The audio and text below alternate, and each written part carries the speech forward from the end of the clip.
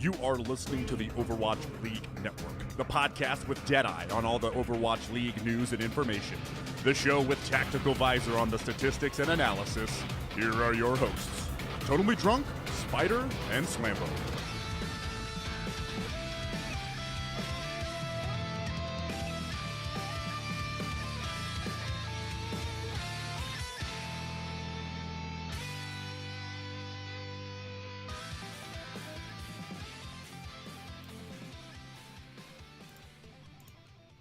What is up, guys, and welcome back to Overwatch League Network, the podcast with Deadeye on all the latest Overwatch League news, information, and esports analysis. I am your host, Totally Drunk, and tonight on episode 61, we'll go around the league discussing the latest Overwatch League news, share our preseason rankings for the original 12 Overwatch League teams, update you on the very latest coming out of Contenders Korea, and take a look ahead at Season 2's, or the 2019 season schedule for the Overwatch League. But before we can do that, and introduce you to my co-host, I just want to take a moment to thank everyone who is hanging out with us tonight live on Twitch, and of course thank all of our repeat listeners out there. So, joining me tonight, as you can see, is my soulmate Slambo. Slambo, I have to say, last week, I tried the what's up nerds bit, and it didn't feel right. It just not have the same level of enthusiasm and intensity all at the same time, and I couldn't do it the justice that it deserves. But thankfully, you're back to show me how it's rightfully done. So why don't you go ahead and, just show me how I need to actually transition into this. In an instance where, maybe you might fall into the abyss, but hopefully that won't be the case. Ooh, what's up, nerds? Okay, that was probably a little bit more intense than normal, but you got me a little revved up there before it was my turn. But certainly, it is great to be here. Totem, even if I'm not the one doing it, I thought you did a spectacular job. So don't let anyone tell you any different. You're a master with your Slambo impressions. They're spot on. Usually you just have to stand there with a blank look on your face. So for you to actually have to attempt words, it's also a nice improvement. But no, certainly it's good to be here. I apologize for being late. I mean, most people that are listening have no idea of that. And a few people that are watching live know that I was late, but certainly was a journey to get here. And last week was like even worse. I was in the abyss, but I'm back. I don't know what the number is going to be, but I'm going to hit a certain amount of episodes in a row. It's going to impress you people. It's going to impress you out there. But for now, I still have a lot to prove, I guess. But I'm excited to be here. Even though we don't have probably the heaviest news week we've had in a long time, we still have, enough substantial things to talk about. So I'm excited. Like I said, I think I've said it 3 times, but let's get on with the show. Absolutely. So first up, we do have a new patch that was deployed on the public test room, and this was back on Friday, December 14th. And this new patch added a ton of Overwatch League skins to the game. All of these were regarding the 8 expansion teams. So we got both the home and away versions of the skins added for all 8 of these teams, and with 29 heroes in the current hero pool, that means that there are a total of 464 new skins added altogether on the PTR. So when these expansion skins are added to the live servers, which we don't know when exactly they're going to hit as of yet, but that will bring us up to a grand total of 1,160 skins just for the Overwatch League. And, we'll talk about, the away skins kind of across the board, not only for the expansion teams, but the original 12 teams as well. But this is our first look, kind of getting to see, all of the expansion teams in-game, how they're going to look, how the color schemes are going to look, how's the pink and blue for the Spark going to look, Are the goldish, Chundu hunters gonna kind of look as bad as we were expecting? And I have to say, kind of across the board, the only one that I'm not, too crazy on in regards to the primary colors is the Paris Eternal skins, because I feel like when it comes to their color scheme, there's just way too much color going on with it. It's very busy, and it's kind of, I don't know if I should use the eyesore, but like that would definitely probably be like one of the first things that would come to mind in regards to the home skins. But I absolutely am a fan of the Guangzhou Charge and the Atlanta Rain colors. They look absolutely amazing. Kind of a side tangent. I would like to say that the first hero alphabetically now is Ash. So all the screenshots are from Ash. Did you notice that? All of mine were Ana. Oh, really? Okay, fair enough. I know that. Okay, you're right. I guess alphabetically speaking, there we go. Sorry. One of the top alphabetical choices. Forgive me for my already inaccurate presence, but what I like about a lot of the screenshots that have with Bob, or I was looking at a lot of the skins with Bob and Ash, is because you kind of get the front and the back view. You get the logo, you get that broad surface to put everything on. So I feel like that's a good representation. Ana, even if she is kind of higher up on the list, she tends to be like a little small. You don't really get to see the color palette in its full potential, in my opinion. So I think that is a good choice here, especially in the article that I was using to look it over. Now, to your 2 points, the Atlanta Rain. Did you say that was one of the two teams you liked a lot? Certainly, yes. Rain and Charge were the two. See, and Charge didn't excite me when I initially saw it. I don't think it excited really any of us, but I think the colors do translate well into Overwatch. To your point, and so that one certainly is above standards. I'm a little bit bummed to report that the Vancouver colors, they don't look as good as I thought they would in game. Mm-hmm. I don't know if that makes any sense, but like kind of as far as a logo and a color palette, I was totally on board.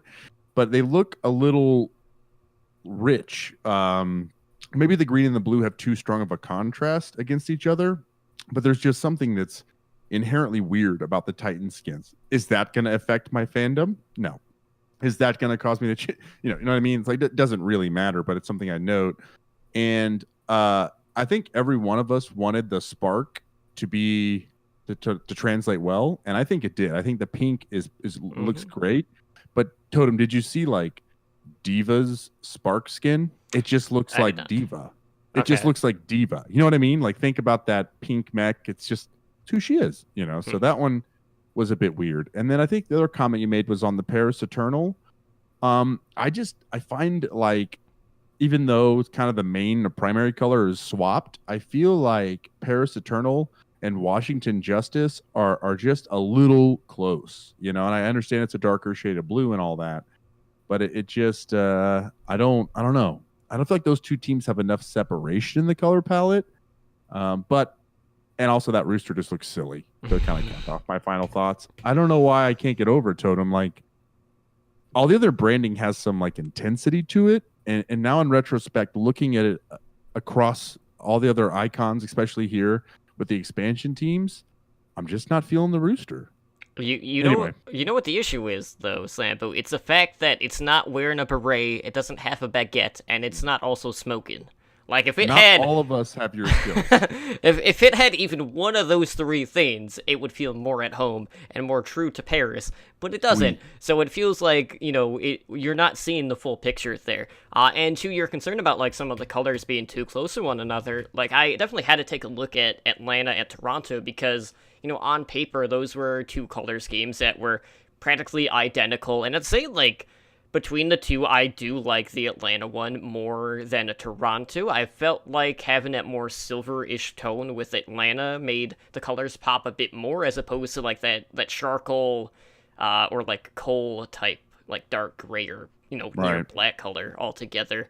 And as for the away skins, I'm not like the biggest fan of the away skins, as I've said prior. But like some of the colors that might pop a little bit too much in regards to contrast with some of the home skins, like you mentioned Vancouver. Like I actually do really like the Vancouver away skin, and I think Charge basically across the board had probably my favorite in regards to both home and away. So I thought that was pretty interesting because normally like, I don't know if it's just based on the actual colors or just how it looks, but normally, like, it doesn't necessarily go both ways, because normally, like, you might have some color schemes, like, I'll use, like, the Florida Mayhem, for example, they got the Banana Reinhardt, and I'm not a huge fan of, like, the bright yellow, but, like, when it's an accent, as opposed to the primary color, it does make it stand out a little bit more, as opposed to just being, like, you're feeling like you're going to be blinded by actually looking at the skin. And I gotta say that I think that exactly complements to my point about the Vancouver Titans away skin looks great. I think it's nice to have that strong color contrast with a more like dull kind of base, if you will. Um, and it's weird I'm even being like at all critical because like I don't know, like it's really like to be honest, like it's just me trying to reach for criticism, but it's not bad. I just think it is true to your point that the Titans away skin to me looks a lot better because those two contrasting colors are just a little bit more subtle. Mm-hmm. But I I do want to also say I think the Defiant is a little better than the Rain. Okay. I like the more pop in red. I think that the more intense red is what jumps out to me. But Totem, do you remember who my football team is? And that's the Kansas City Chiefs. And they're known for that more vibrant red rather than the duller, darker red, almost a shade above burgundy. So I think that my subconscious is speaking to me there. That's all. Just calling myself out. I don't think it's so much that as it is so much the fact that we were giving you so much flack about being associated with the Atlanta investors to the point where you're trying to shy away from that. Oh my God. It's like, I feel like I'm in a therapy session and you just like told me who I am as a person because that makes way more sense. And I bet you I have a stronger subconscious urge to avoid that than what I said. All right, you're right. It's a disassociation here.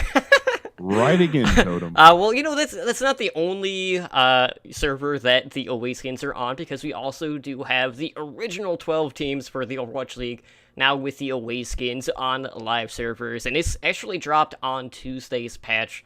That was December 11th, where we got a number of balance updates to the game, including Brigitte, Bastion, Doomfist, McCree. We also had the return of Winter Wonderland.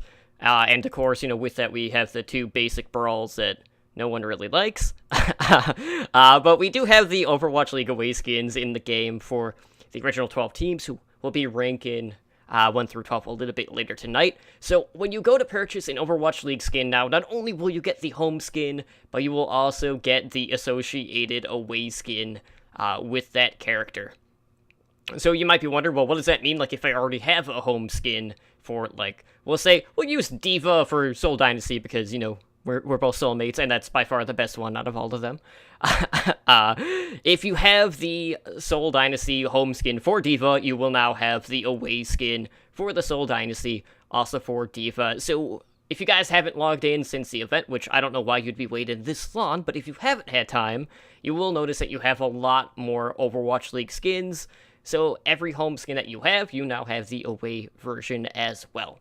So right now there are 312 home team skins in Overwatch. You had the 312 for the away skin, so we are right now at 624, with another 464 on the way with the expansion teams, all of that good stuff.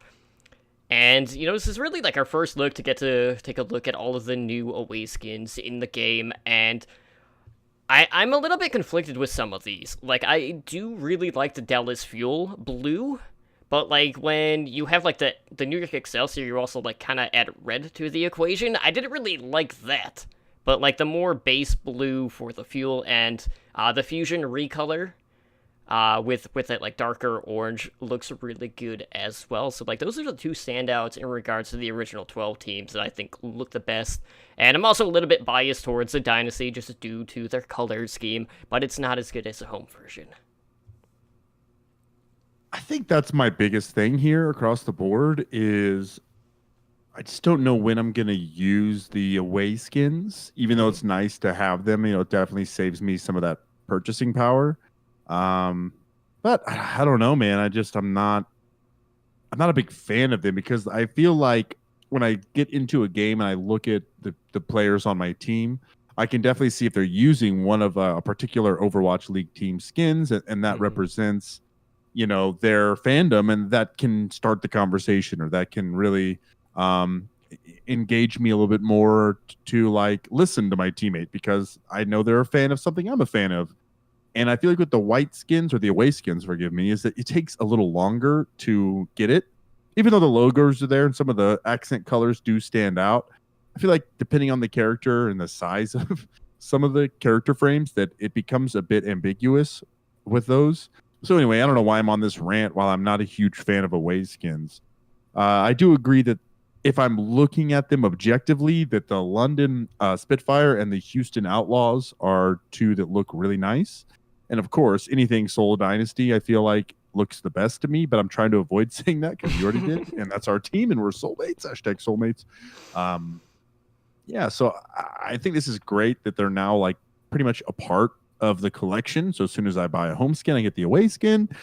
At the same time, I guess I'm trying to really dig deep here, Totem, is that maybe when the Soul Dynasty have an away match that week and it's a big matchup, I'll probably wear the away jersey just for solidarity purposes. Mm-hmm. And, at least maybe that will kind of put me in the mood. But other than that, like, I'm probably not going to use these very much. Yeah, no, I'm pretty much feeling the same way too, just because, like, it's not the primary colors. The whole point of the home and away is so we can differentiate between the teams in regards to, just kind of like in-game, like, broadcaster type stuff. It's Spider, just resubs. What's up, Spider? We do have some Dynasty news that I'm greatly looking forward to, and that's that we do have an international show match coming up, and this will be held on December 29th. In South Korea. So, we got the Seoul Dynasty serving as a host, and they will be facing one of the new Chinese expansion teams in the Guangzhou Charge. So this will be our first look at both of the teams' new rosters, our first look at an expansion team before we actually get into the preseason, which, by the way, we still do not have an official date for the preseason, but based on some of the word going around, it's actually going to be a lot closer to the league start than people are probably expecting, so we'll have more on that. But, since this is in Korea, it's not the best time zone in regards to, us being able to watch live, because this does start at 3 p.m. KST, which would be midnight Central, 10 p.m. Pacific time, so it might be a case of, how I normally view Contenders Korea, because, some matches can start at, like, 3 a.m. It's gonna be a little bit rough, and what I find really interesting about this is there's been a lot of talk about what Dynasty has been scrimming, or more so, who they've been scrimming, in regards to who's actually been playing for the Dynasty, and I do want to bring this up, not only to get your thoughts, but maybe how this could impact this show match in particular, but Fisher and Ryu Jae-han have not actually been scrimming for the Dynasty. So, I mean, first off, let me just say this bit is that I'm unbelievably excited by this news. I feel like I had mentioned on a couple episodes ago how important it was for more events like this to take place. Just for me to kind of scratch my itch, for lack of a better term, like it's good to get a little taste of Overwatch League. Mm-hmm. And I think this has got a good matchup before I answer some of your more specific questions. And I'm really excited to kind of, on a different foot, on a different note, different foot, I guess, is to see how Gushue performs and kind of how he looks in this opportunity, certainly. But to answer your question, I feel like that's kind of a big deal. Mm-hmm. This is the time to build synergy with your roster. This is the time to make sure players like, I don't know, your main tank and your main support are on the same page. And so I feel like that's definitely going to affect the performance of it. But at the same time, it's, not the end of the world because it's still like preseason. We're not even into preseason yet. So it's also not a time to panic. Like, I'd like for it to be there, but I don't know. Trying to figure out what the writing on the wall is. Yeah, I do want to backtrack here for a second. Gushue is actually with the Spark. Wait. I knew that. I'm sorry, Totem. Dude, I legitimately felt like they were doing the show match. That would I honestly, dude. I would have preferred that show match, but this is dude, it's true. Like, I'm not trying to make an excuse. Like, I know I'm notorious for like mixing things up, but like, of the two regions that are the exact same name, you know what I mean? Like, I really and it's really more so putting Hangzhou's roster with Guangzhou's name and vice versa. So anyway, my complete apologies. Yeah, so I got way too hyped there, but let me just correct myself. Okay. And say that I'm still excited then for Kib and Eileen then to see what they can do. All right, moving on forward. Yeah, so like the Charge are a very peculiar team because when you think of the linguistics, like this is a pretty mixed roster. You have a lot of different nationalities on this team. You have Korean players, you have players from the U.S., you have players from the United Kingdom, from China. Like, I really don't know exactly how this is going to work or how quickly things can come together, but, looking back at, say, Philadelphia Fusion, everything seemed to work out okay for them, so we'll see whether or not the Charge can have a similar type experience when they venture into the Overwatch League. But I'm looking forward to this. Hopefully this is going to be a case where maybe we get to see all of the players play, or maybe it will just be the starting six. We don't know. As Spider's giving you crap in the chat. Listen, I see that. it's well deserved. Like, I'll take it. You know what I mean? I'm not even gonna pretend. I think at least it's better than my first episode back after a while. But again, like, I think it is just, not to defend myself in any such way, but I think that we are all still kind of in this learning period where we're learning these new rosters. And like, to think that like a professional sports league would add like 6 teams, 8 teams, that's an absurd number, right? Just the amount of time. So again, I don't know why I'm going any deeper, but back to your point, I think that international roster is going to take a little longer to gel. So this probably is not going to be future state for the Charge. This is probably going to be very early on a good opportunity. On a side note, I'm not sure you wanted me to bring this up, but I was on Reddit and I was taking a look at one of the posts in regards to a lot of the hometown fans were pretty unhappy with how the Seoul Dynasty organization is running the event itself, like the ticket prices, the location choice, like what you actually get for the ticket seems to not always match up with what it says. Like, here's what you get for your ticket is not always the case. So I was just thinking that it's so funny for us externally, kind of being across the country. We knew that we weren't even going to get to go to this event. We didn't do the quick conversions of what it costs in our head. But for a lot of hardcore Seoul Dynasty fans, like, they were pissed off about this event. And it's not all roses like we're making it out to be. And I'm pretty sure the people that were going to go at least knew which team was going to show up. Not like me. Oh, boy. Oh, boy. Oh, boy. Oh, boy. Well, we might have some other people not showing up, depending on whether or not some suspensions are going to be coming through here very soon, because Yiska, who is one of the Overwatch writers, sent out a pretty ominous tweet that we should expect a sizable amount of suspensions soon. So if the past is any indicator of this, that's probably going to revolve around boosting in regards to some of these new signings from the Overwatch League expansion teams. And, during the offseason, we've had a number of contenders players getting signed to the Overwatch League, and boosting has been very prevalent in the Tier 2 scene and lower than that. So we do know that there's already been an instance here very recently in regards to the Boston Uprising, where they actually terminated a player's contract, that player being Funny Astro, after the Overwatch League found out that he had boosted in the past.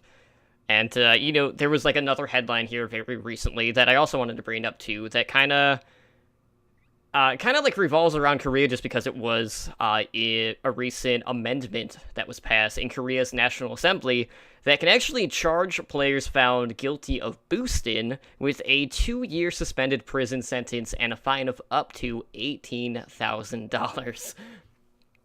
So obviously, there's the different ways that the cultures kind of react to boosting. Obviously, in Korea, it's an absolutely huge deal, and we already know, like, it's going to be affecting some players. Now, some instances, like, we'll say Gator for the Atlanta Reign, he basically didn't play an entire season of Contenders because of boosting in the past.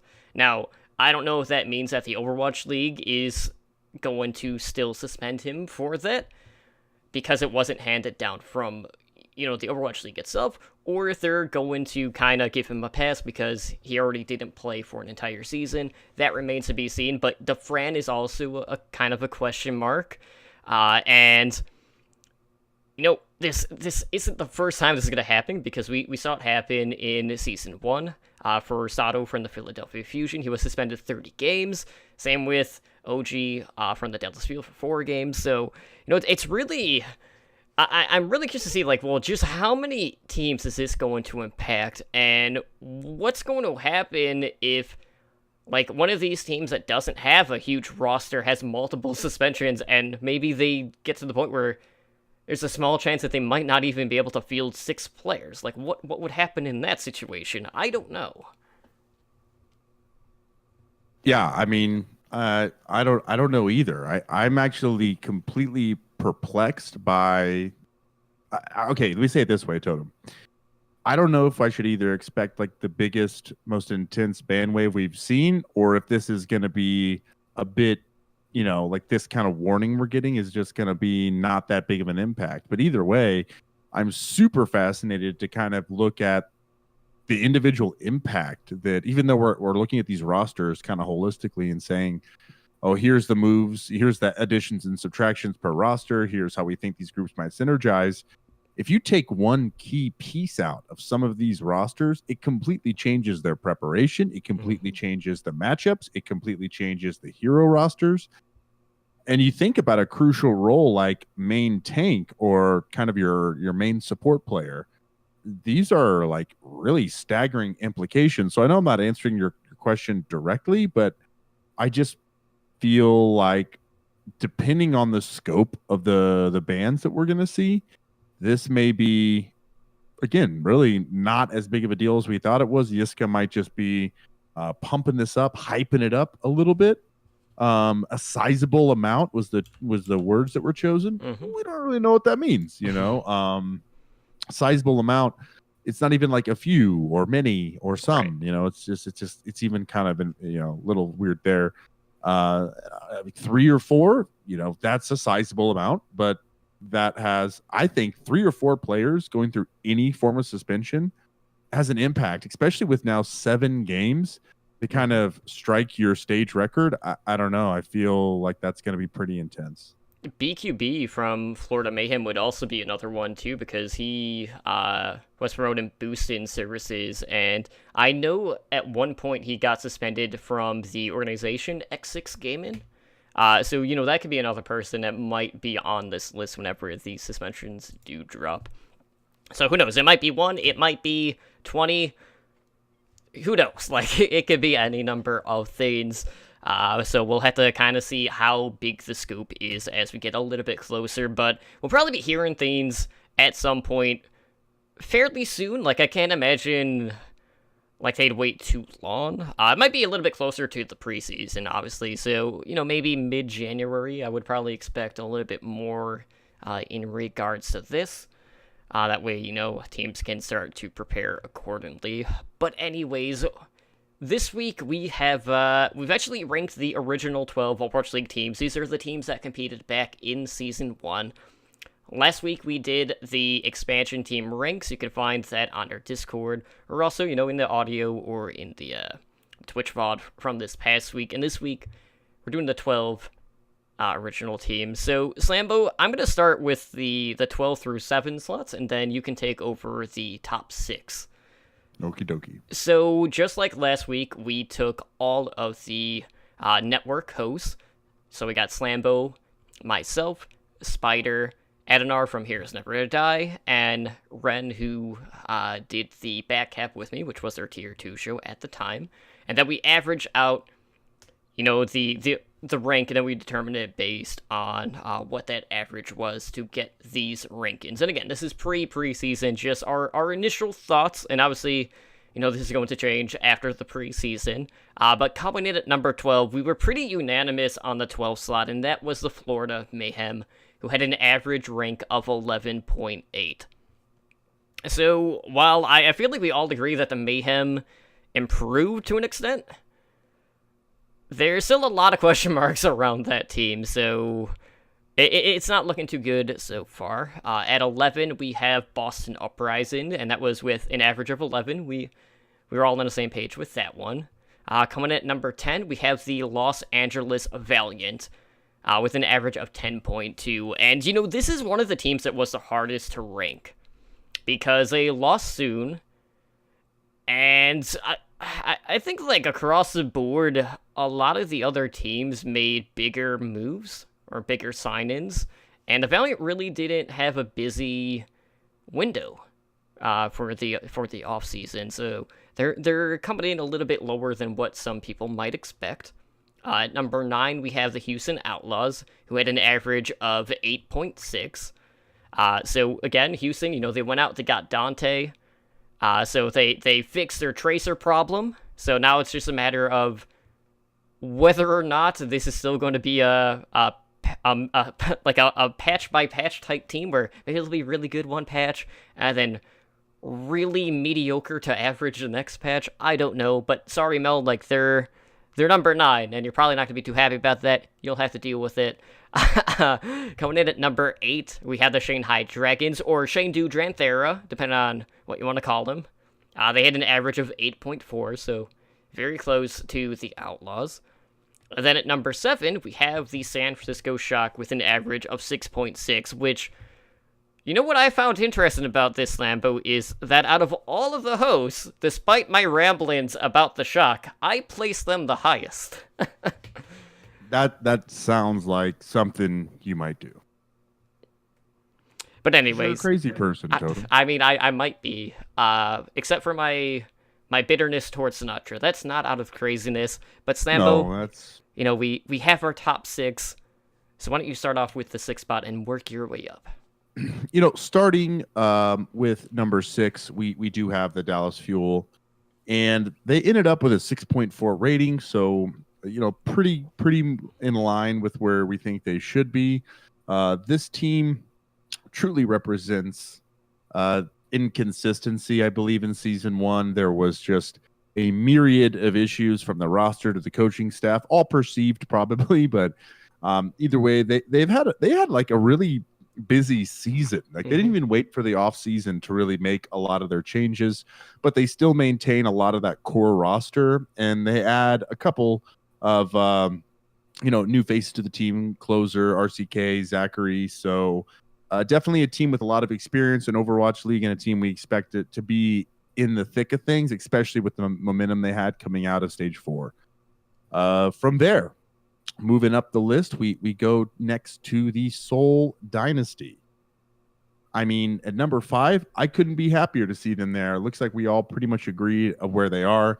They made a nice amount of changes. I think really adding Fisher is probably one of the best moves of the entire offseason, arguably. Fisher, an outstanding main tank player, and I think will fit in nicely if he actually gets some time with the team. So anyway, we'll just leave that at that.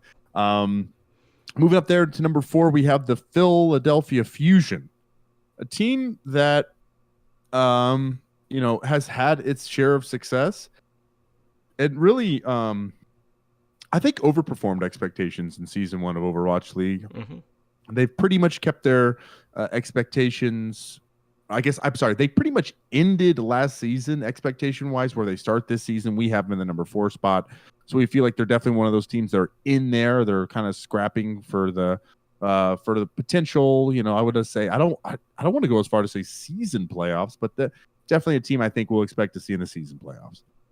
Moving up from there, we have the Los Angeles Gladiators. The aforementioned Fisher is, now missing and gone, but we've got, Panker and Roar. I think depending on how the two-way plays out there for the contract-wise, some really nice moves there. They do keep a large portion of their roster intact, but they did make a sizable amount of roster changes. And Totem, if you remember the debated Finnish duo / Finnish trio tweet, I think we were kind of lost in how much we got tricked, but really solid move to really flesh out the support lineup there. And we can't forget about the sign-in of Decay for the DPS line, which was absolutely massive. It's funny, you're right. It's like I'm going over all these things that I think are really crucial signings, and like in the mix of that is probably the most touted free agent, Decay, available. So great pickup there. I think that's why the moves is what's moved Gladiator up the list. Going to number 2, I'm sorry I'm going so slow, is the New York Excelsior. Enough said. Any questions? Questions? Didn't think so. And then number 1, another team that I think has earned that spot is the London Spitfire. They are our, season 1 champions. They have made some of those changes, losing closer, adding guard and Krillin. They pretty much have that same core roster there. We expect for them to be one of the top 2 or 3 teams throughout the entirety of all of season 2. And Totem, that is kind of what rounds out our classic 12 power ranking. Yeah, and with the NYXL, I really hope that with all this firepower that they'll continue to be able to have that momentum, because they kind of unwinded towards the end of last season. But they signed Nene, they signed Flower, and this should be a team that can transition. I don't know why you're talking about them. They get all the attention, Totem. I don't know why you're giving them any. Yeah, you're right. We should just focus on Krillin becoming the Overwatch League MVP, just like Jonek did. That's what's going to happen. Damn right. Honestly, I think that. I mean, listen, it happened with Jonek, so it's possible. Why can't it happen again? History can at time it's possible. But anyways, you already mentioned that Fisher you felt like was probably the biggest individual sign-in, kind of like across the board, especially with the original 12 teams. And for me, yes, the Fisher sign-in was absolutely massive. But I feel like the Decay sign-in for the Gladiators was equally as good, because for one, I feel like Decay is going to be more of a natural fit, whereas with Fisher, we still don't know how exactly that dynamic shift in regards to the aggression is going to play out with the Dynasty. So with Decay for the Gladiators, that's Decay and Surefour, I feel like out of all of the DPS lineups is going to be the one that will rival Prophet and Bird Rain. I think New York Excelsior, I know a lot of people talk about them already, but I feel like despite how much DPS power they have, there's too much overlap as opposed to some of these other teams. So I feel like they might be falling a little bit behind with that, but maybe Jonek will balance it out. I don't know. But Slambo, with these teams, there is always a potential of a surprise team. Someone that we feel like maybe we have ranked low that is going to maybe surpass what our expectations are going to be. Maybe they have a perfect stage. Maybe they also kind of shit the bed in that stage playoffs. I don't know. But out of these original 12 teams, who do you feel like is going to be the team that will be full of surprises? That is such a hard question. I feel like it was even easier last year to kind of guess, even though I don't think any of us were right. This year feels a lot more difficult, but that's not a cop-out. But I do feel like the team looking at everyone that I feel like is going to surprise people, and maybe it's only because I kind of feel like if I'm wrong, they are the Shanghai Dragons of Season 2. But it's the Florida Mayhem. Mm-hmm. And I feel like expectations are extremely low. I think they learned a lot kind of that first year about how not to build a team or kind of how not to be stubborn. Mm-hmm. And that roster just looks completely different than it did. And I think we attribute a lot of that to just kind of like an overcorrection. But I feel like there's enough just kind of pure talent on that roster, albeit pretty heavily Korean at this point with some Tavik. Hi, Tavik. Best driver. That's what I'm saying. The best driver in Overwatch League Season 1. No question. I think no one's even competing for that title, Totem, so I don't even bring that up. But I don't know. I just feel like that's a team that we all have really low, so expectations are at the bottom. And I'm really thinking about it strategically. And I mean, again, we were wrong last time, but I feel like they could even be better than the Valiant or the Outlaws this year, depending on how that roster synergizes. So that's my call. I'll say the Florida Mayhem are a team that I could see surprising a lot of people. And I would love to be wrong, because forget Florida.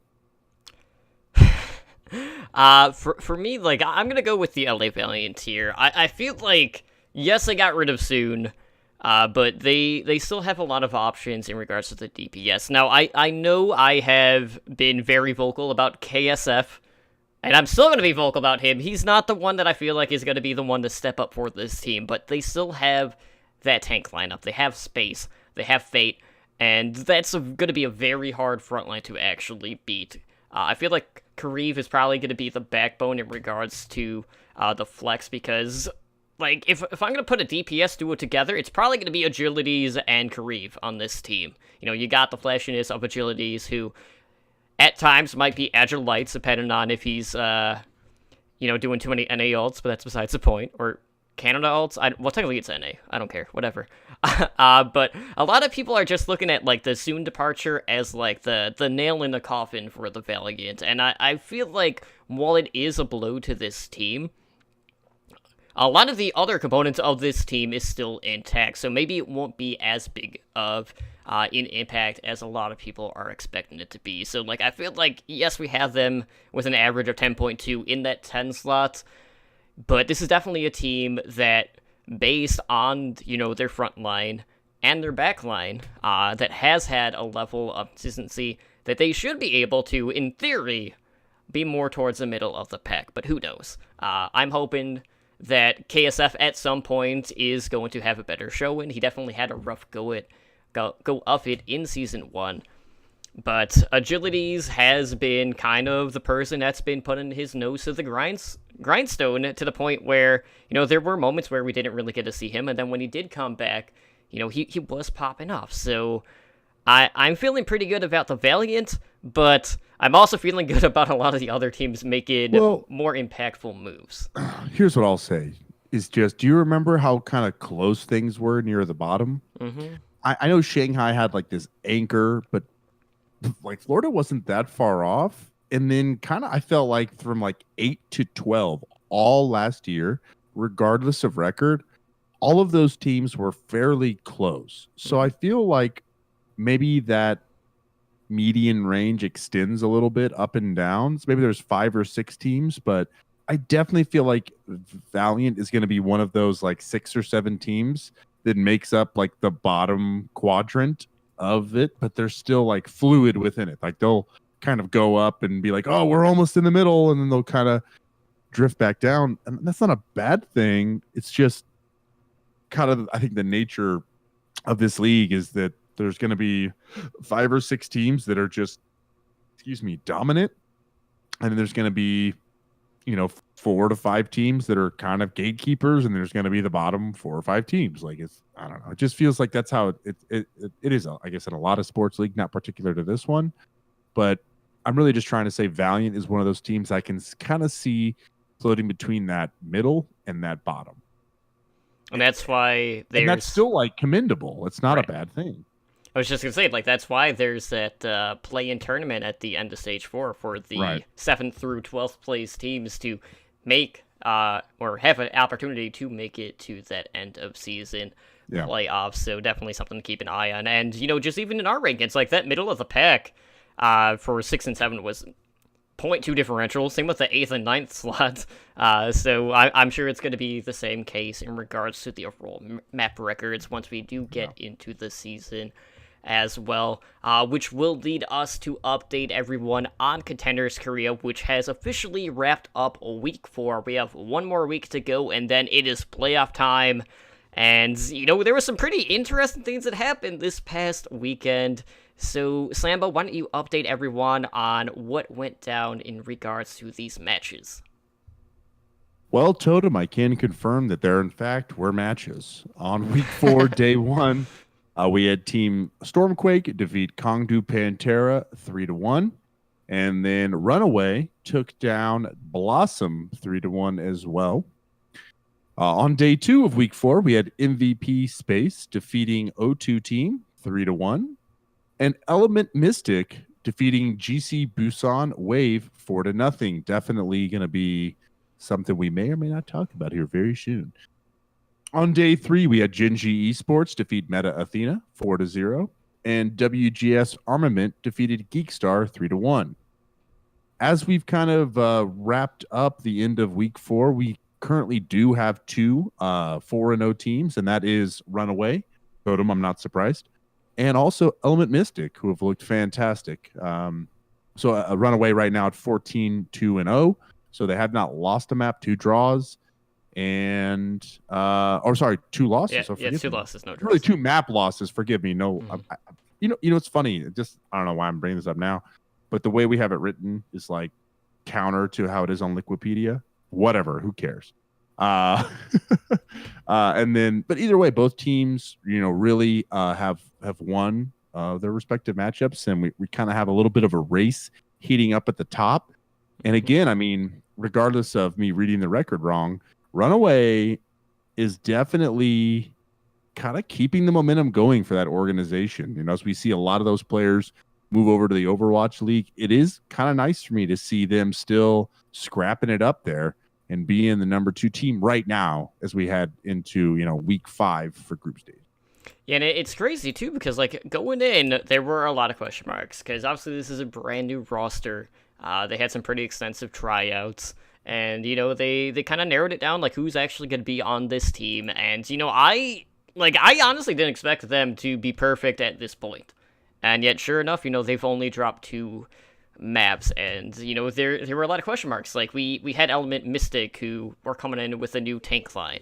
You had Gen G Esports, who was a Dynasty Academy team who just now finally won their first series of contenders, and we actually got to saw Who Are You play for Meta Athena because he is on loan from Fusion University, and you know that was kind of like a last-ditch effort for Meta Athena to maybe squeeze their way into like the 4th seed in their group. That didn't happen. And then we had the battle for first place in Group B with Element Mystic and GC Busan Wave, who both came in with a 3-0 record, and Element Mystic absolutely clapped GC Busan Wave. Like, it was not even close. And you're probably wondering, well, like, how did they do that? I will tell you. So, Element Mystic has his DPS prodigy, Sparkle. And all he did is, he was at the character screen. Pick Doomfist, profit. Picks Doomfist. And the rest was history. Like, this was, a team that was a little bit restructured, going up against one of the few teams that didn't have anyone get poached to the Overwatch League during the offseason, that being GC Busan Wave, who looked every bit as good as Element Mystic, and yet Element Mystic had the pocket Doomfist strat, which they hadn't shown yet, because it was goats v goats, pretty much, in a lot of situations in Contenders Korea. We are seeing some anti-goats, but, like, this is the first time we really saw Doomfist come out to play, and Sparkle just took over. And it's crazy to think about, because, we've always heard, like, okay, Doomfist is, like, the GOAT's counter. Yeah, we never really got to see it. That's also true in a lot of the other Contenders regions as well, but here it was worked to perfection, and it just comes to show, like, this show-in against GC Busan Wave for Element Mystic instilled the fear of God in everyone. Like, if you're going up against Element Mystic in the playoffs, you better come up with something, because Edison tried to run the Doomfist for GC Busan Wave, and while he did fairly good, he could not come anywhere close to matching what Sparkle was doing. Like, his presence was just that strong, and I absolutely love to see it. And, it's just funny, because, like, we just had Doomfist changes hit live servers, and maybe now he hits kind of like a wet noodle, but that's besides the point. But, like, to see Sparkle do what he did was such, like, a highlight moment for, Contenders Korea. Like, if you were on the Reddit, everyone was talking about it. Like, we were talking about it as it was going on. Like, I told Spider, hey, like, Doomfist is out. Like, you need to be tuning into this right now. And Sparkle just put on a absolute clinic. And I believe, like, I remember, like, watching Ilios, and it was kind of like the comps were basically goats v goats, except for in place of the third tank was that Doomfist. And I was like, how's this going to go? What's this going to be like? And it really was just masterful to watch the way that he used the space and really disrupted the main tank line. at times, but then at other times was effectively diving the back support line. And him being able to kind of make those decisions fluidly, I mean, that to me is like kind of where I was like, oh, this is going to be nice. I would like to see some more compositions that break that 3 support, 3 tank lineup. And I was like, okay, this is one that can work. But then again, like that factor of how that can work is the person playing the Doomfist. Mm-hmm. I certainly felt shades of Effect. Like, you remember, Effect had a very dominant Doomfist, but I feel like, in particular to Sparkle, I've never seen anyone weave the cooldowns of the abilities so smoothly. It really feels like he has a great understanding of how to get out of an encounter just as well as how to get in, which I know is kind of core to the Doomfist, and that is kind of the true art of a good Doomfist. But it really was impressive, and he seemed just to know really when to engage. I'm really focusing on Ilios because that is where I feel like he did a lot of damage there, particularly early on in that matchup. And then, just kind of as a side note, Totem, is that, and full disclosure, like I feel terrible. Like, I'm always the same story with me, but like I believe for like part 2, so I'm on Volskaya right now, and I kind of want to finish it, so I haven't even like finished the matchup because these are like some of the matchups that I like have to watch slowly and I want to really absorb and enjoy just because of the nature of it. But on Ilios, I felt like for the first couple encounters, for the first point is that Yaki was like kind of losing these. And then I believe, Totem, and correct me if I'm wrong, is like that's when there was a switch to Doomfist. There was a couple of exchanges first, and I think the Doomfist came out, or he just wasn't being effective enough. But like the moment that Doomfist started showing up, Takoyaki had entirely too much space to work with, and it just felt like Jisoo Busan couldn't even get to really have the engagements on their terms. It was super impressive to see not just, of course, the Doomfist play, but the trickle-down effect. Like, the other team was treating it like another tank. It was so giving so much space to the rest of the team. Yeah, and I absolutely love to see it just because it is a change from the norm, and so many people are complaining about the current meta. You need to go back and watch this map. And when you get to the Hanamura map in this series, you'll get to see the Doomfist v Doomfist battle between Edison. Oh my god, don't even get me there. It's so good. But anyways, this will lead into our main discussion for this week, and that is we got some additional Season 2 news, and this happened after everything that went wrong with the information on Watchpoint. This dropped a couple days later, and we got the full 2019 schedule release on the Overwatch League website. This includes new information on the road games, which will be known as Homestand Weekend Series. So, we have 3 teams that will be the first to host these games. We have the Dallas Fuel, Atlanta Reign, and the Los Angeles Valiant. So, the Fuel are first. They host theirs April 27th and 28th. And this event will be held at the Allen Event Center in North Texas. And then basically what they're doing is they're inviting certain teams to also be competed in this weekend. So we have the Chengdu Hunters, the Hangzhou Spark, Houston Outlaws. So, we got that Texas rivalry there. We have the London Spitfire, Paris Eternal, Los Angeles Valiant, and Seoul Dynasty. And I know they were doing pre-registration for tickets at the Dallas Fuel website at dallasfuel.com. So, the Fuel, they're the first ones to get it, and, we've already heard, their plans. They have a training facility that's being built. We've seen a lot of, preview pics of that. And this Allen Event Center, I think it was 6,000-7,000 seating for the venue, something around there, if I'm not mistaken. And then, I was happy to see, one of the expansion teams actually get into serve host as one of the other teams. So we have Atlanta Reign hosting July 6th and 7th. They have not announced the venue that they're using, which I thought was peculiar because all the other teams seem to have one in place. So for that weekend, the other teams included are the Florida Mayhem, the Guangzhou Charge, New York Excelsior, Philadelphia Fusion, Shanghai Dragons, Toronto Defiant, and Washington Justice. And last but not least, we have the LA Valiant, hosting August 24th and 25th at the Novo by Microsoft at Elite Live.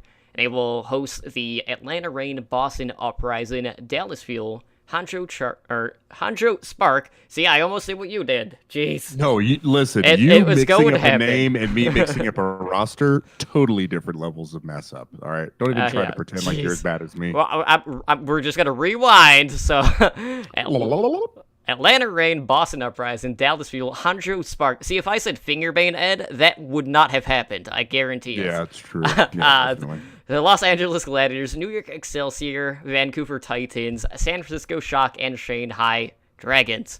All right, so we got 3 teams. We have an LA team. Slambo, there's been a lot of uproar from the community about LA being one of the 3 teams, regardless of if it was the Valiant or the Gladiators.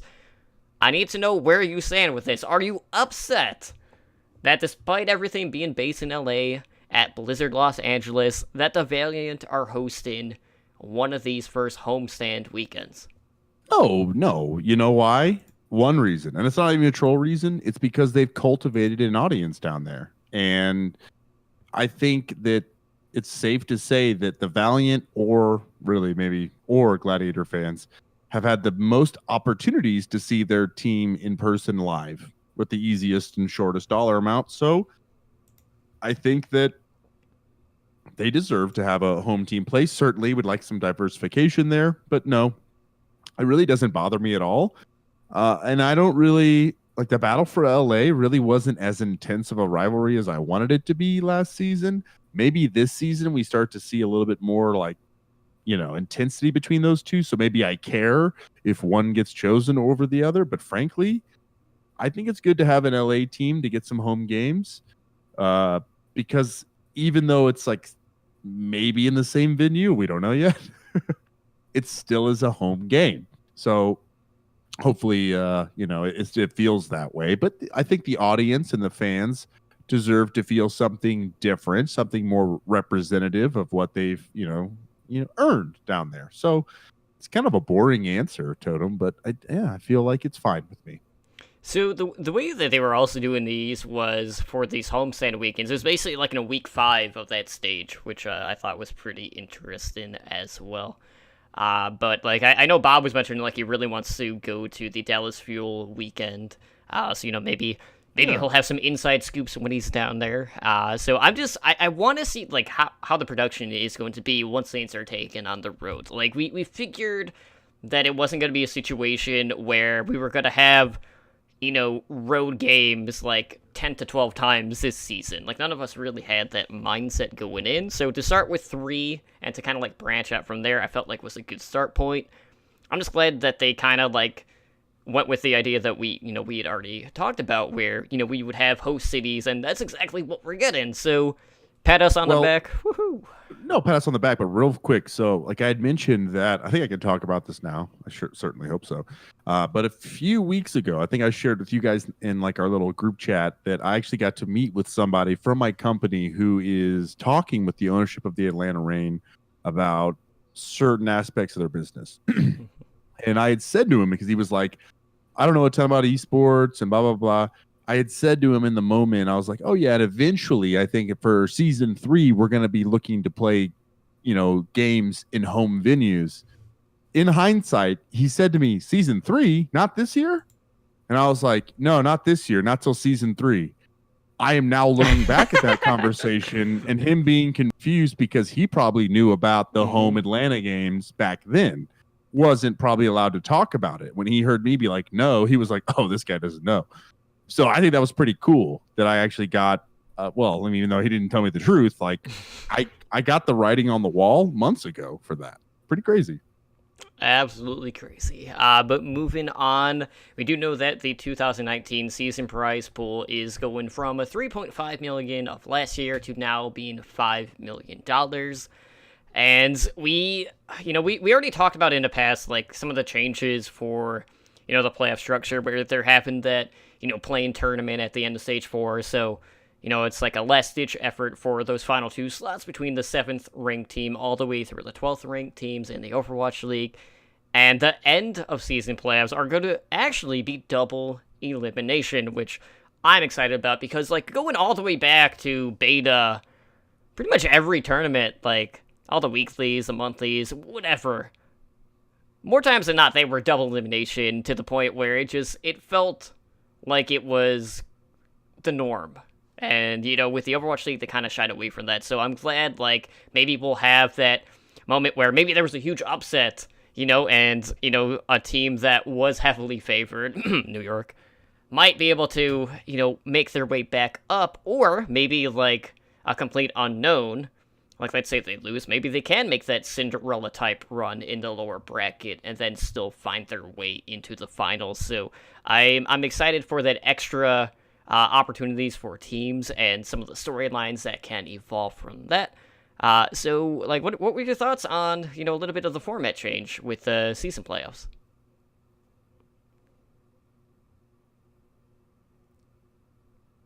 You're muted, by the way. Well, Totem, that's just the abyss, and It's the abyss sometimes trying the to abyss silence you. it says no, sir, you can't talk. But very quickly, I mean, I don't think I have like a ton to add on that front.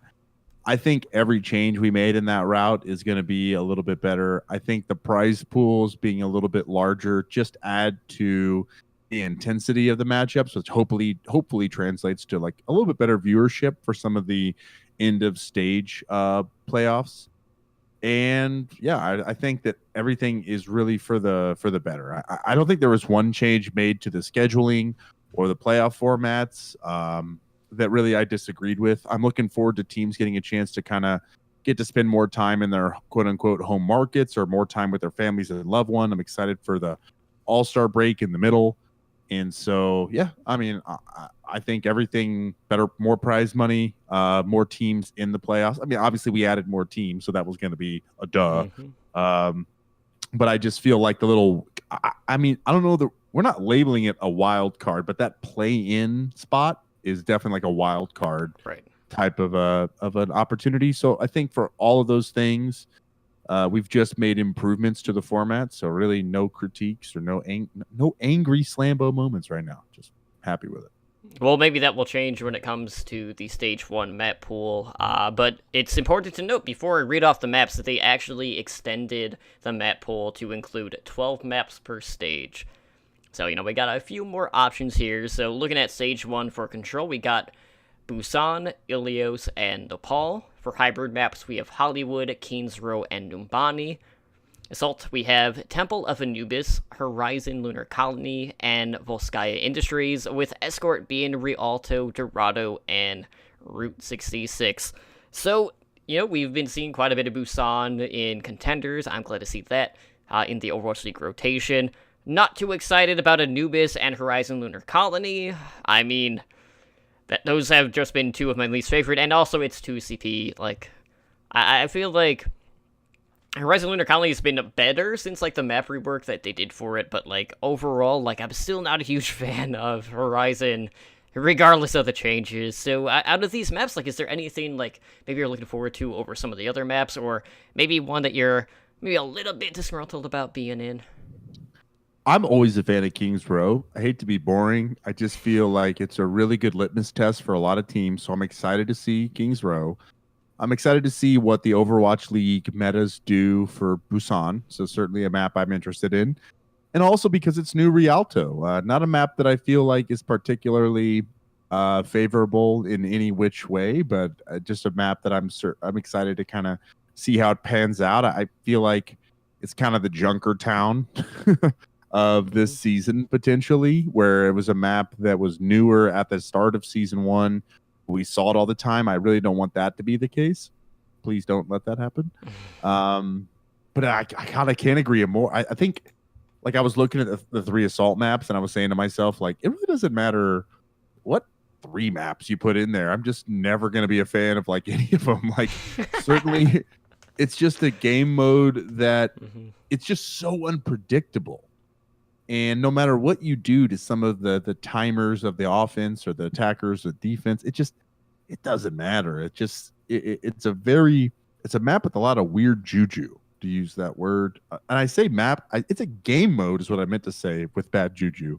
So it doesn't matter which map you put in there.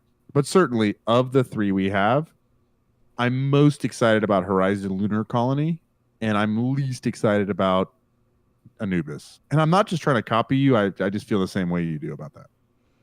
Yeah, they just need to delete the Assault Maps forehead. I I don't know what the solution is, but I mean, I know you're obviously with the forehead, you're being kind of fun, but I mean, consider it, folks. I would consider removing assault and adding a new game mode. I don't know. I'm terrible, I guess. I play a lot of Overwatch still, so I can say that, right? No? Okay. Sure. I mean, I wasn't going to stop you from saying it anyway, so... with that being said, we also have teams that will be featured once during the season in regards to post-match sign-ins. And I know they have the schedule for that on the website. So, once a year they will be doing special sign-ins at the Blizzard Arena Los Angeles. So definitely check out the website to get more details on that, as well as ticket information, because tickets are on sale, and we got different bundles this year. We have the season passes again. We have the pick 6, where you just pick 6 games, or 6 days rather. We have Friends and Family Fridays, which is pretty cool. So 8 Fridays throughout the season. There's a special family package for $88. You get 4 tickets, 4 drinks, and 2 nachos. So more options is always good, and, the 4-pack is a pretty good deal, and, I know Ed and I were poking fun at, the whole ratio of drinks and nachos bit, but I am happy to see that they are making more of an effort to hit, other markets when it comes to, marketed towards families out there, because a lot of people would be looking for a bundle of 4 tickets. And certainly their kids are begging their parents to go. So it's just a matter of making the deal affordable for parents, giving the parents more bang for their buck. And then kind of probably once the parents get there, they see the experience. And certainly I think that price point makes it very affordable. So, I mean, I think it's $88 for one day to Disneyland in Southern California. It's more than that. That's what, I mean, I was being, just saying, it's going to cost you. I think it's 120 something, but who cares? The point is that for a family, for 4 of you guys with drinks and nachos, $88, extremely affordable, and it's some good, solid family fun. Absolutely. Am I selling this stuff, Totem? What's going on with me? You might be. I don't know. But anyways, we do have the full season schedule, and while I don't have it in front of me right now, because I don't want to write down every single It's match. a lot, right? That would have been way too much.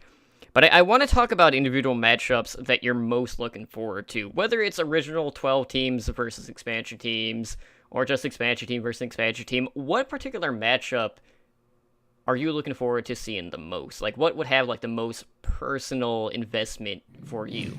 Do you know the answer to this? Because I feel really bad because I'm going to steal yours. And we did not talk about this before the show, right? We did not discuss this. But to me, I'll give you a couple more if you need them. But the one that I have circled on my calendar is the battle for my emotions, the battle for my consciousness. Right? You know what I'm going to do, right? It wouldn't happen to be Friday, April 12th at 3 p.m., right? The Seoul Dynasty versus the Vancouver Titans. That's going to be a rough one. The single-handed most polarizing match of the entire season for me right there, because I'm slowly becoming this Vancouver Titans fanboy as my secondary team, which has never happened in a pro sport. I'm a one-team guy.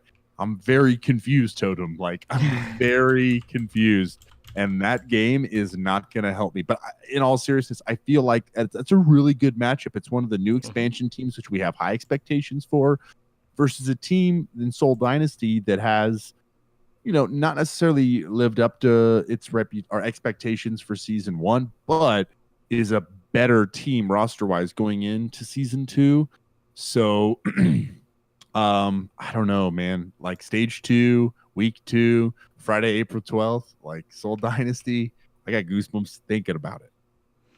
Yeah, for me, that one is definitely going to be one of the ones at the top of my list. But I wouldn't say that's my top one, because there's another feud that's been brewing, especially on Heroes Never Die.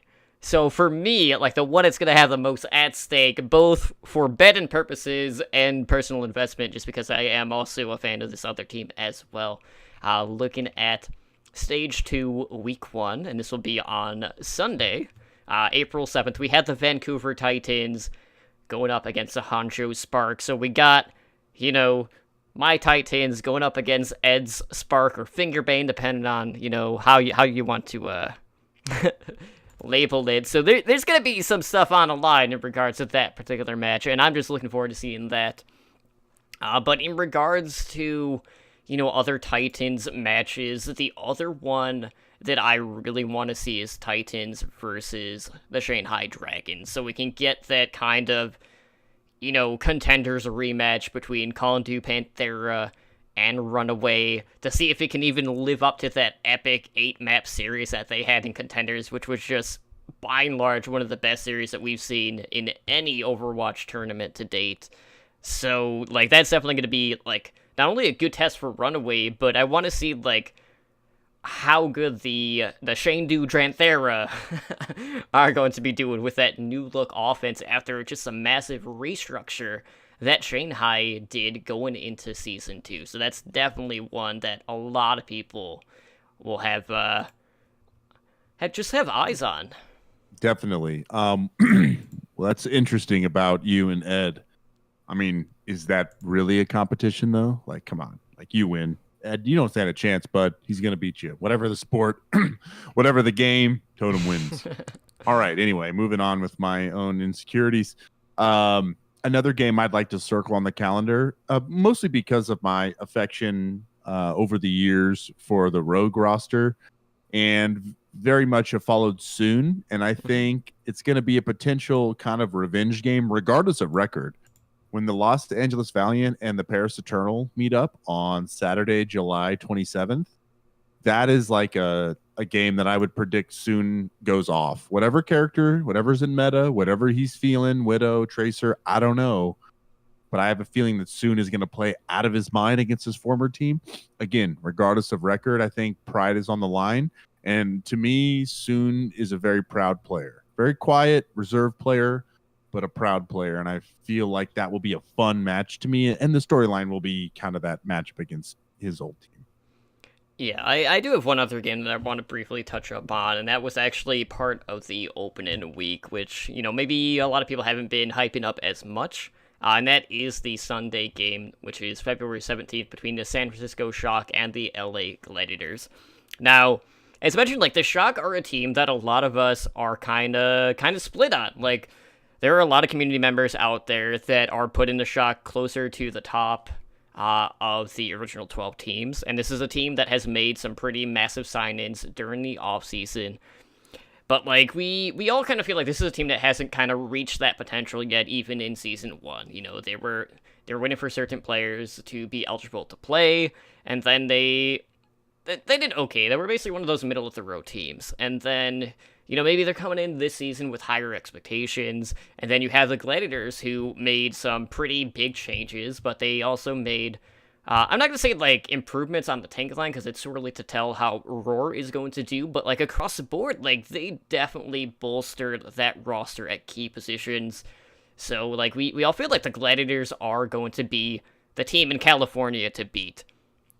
So that's definitely going to be the battle for, California one that I'm looking forward to the most, and we get an opening week, and I am greatly looking forward to that one. Yeah, that was a good call out, too. It's just, as you go through each team's individual schedule, you can find some kind of a game with an interesting storyline. You can find some kind of opportunity to look at a matchup and get excited about. It's really just an exciting time to have a schedule in front of us. But at the same time, we can sit here and guess which games are going to be good, but sometimes it's the game we're not looking forward to that ends up being the one that we remember the most. And I think that that's the beauty of the Overwatch League. And I would love to be sitting here talking about a Boston Uprising versus Washington Justice match that was actually incredible. I'm looking forward to that conversation. So it could happen. Stranger things have happened. I mean, honestly, I would assume I'll be abducted by aliens before then, but that could be the match of the year. I mean, I don't know what's out in the abyss. You might not even know, so it could happen. Listen, it's dark out there. I don't know what's going on around me when I'm stuck in the abyss. It's just dark. And with that, guys, we're going to go ahead. We'll close out the show for tonight. So if you guys want to help us out, one of the best ways to do that is to leave us a positive review on iTunes. Any sort of feedback or constructive criticism is always welcomed, regardless of whether or not iTunes reviews are disappearing, because I guess that's an issue that they've had this week, or these past couple of days. That's besides the point. Either way, I should be able to find them on the other review site that we use, so, continue to send them all that good stuff. We also have Overwatch Recall, which is our hub of Overwatch-related content, whether it's Overwatch, Overwatch League, Path to Pro podcasts, which you can find on our website, and then every Sunday night, we release the episodic listings for all of those podcasts. I know this past week, we had 25 podcasts release a new episode, some of which release, anywhere from 1 to 3 episodes a week, so there's a lot of good content out there. Be sure to check it out. And this week, today, I released the episode where I interviewed Melkari from On The Point, which is an Overwatch talk show. She was the one that had that runaway/Titans box of shame moment with the stealing of the social media, all that good stuff. So you could hear the story straight from the horse's mouth during that interview, because if you've ever watched Melkari stream, you would know that she normally wears a horse mask. Not all the time, but sometimes. So stay tuned for that. But Slambo, we have a number of ways where people can reach us, via email, social media, all of that good stuff. So why don't you let them know how they can do that? Totem, I'm so glad you reminded me that we have all these things, so I'm going to go ahead and share it with everyone else. If you want to send us an email, toss us an email to contact@owlnshow.com. Our Twitter and Instagram feeds are both @OWLNshow. Our website is owlnshow.com. Give you the www in front if you'd like.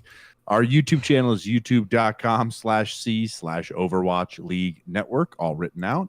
Our Discord is discord.me/OWLNshow. And you can also find us on Twitch here live, twitch.tv/OWLNshow. You can watch the show you're listening to right now, live Mondays at 7 p.m. Pacific time. Also, we have our variety Overwatch show, Heroes Never Die, live Wednesdays at 5 p.m. Pacific time. And lastly, usually our hosts, when available, stream Thursdays and Fridays around 7:30 a.m. Pacific time, 7:30 p.m. Pacific time, forgive me. And I would just like to also take this moment to give a quick shout out to 2 gentlemen that I met in competitive play this weekend that asked profusely that I give them a shout out on the show. So this is a shout out to Reform and Mist. Totem, if you're wondering why I asked for you to remind me of that, that is why earlier this weekend. So Reformed and Mist, you two were glorious teammates. Thank you for your patronage. Shout out from Slambo here at Overwatch League Network. Totem, where can they find you? Well, I'm glad you brought that up, because I was like, what the heck is Lambo talking about? But anyways, you can find me over on Twitter @TotallyDrunkCTR, and if I'm streaming live, guys, it's going to be on this channel. But with that being said, I'm quickly going to find who's streaming. Maybe we'll throw them a host, all that good stuff. Doesn't look like anyone's playing Overwatch, though, so that's kind of peculiar. But anyways, that will do it for us here tonight on Overwatch League Network. Again, this has been episode number 61. I am your host, Emily Drunk, joined this week by my co-host, my soulmate, Slambo, and we hope to see you guys back on Wednesday for the next episode of Heroes Never Die. Guys, have a good night.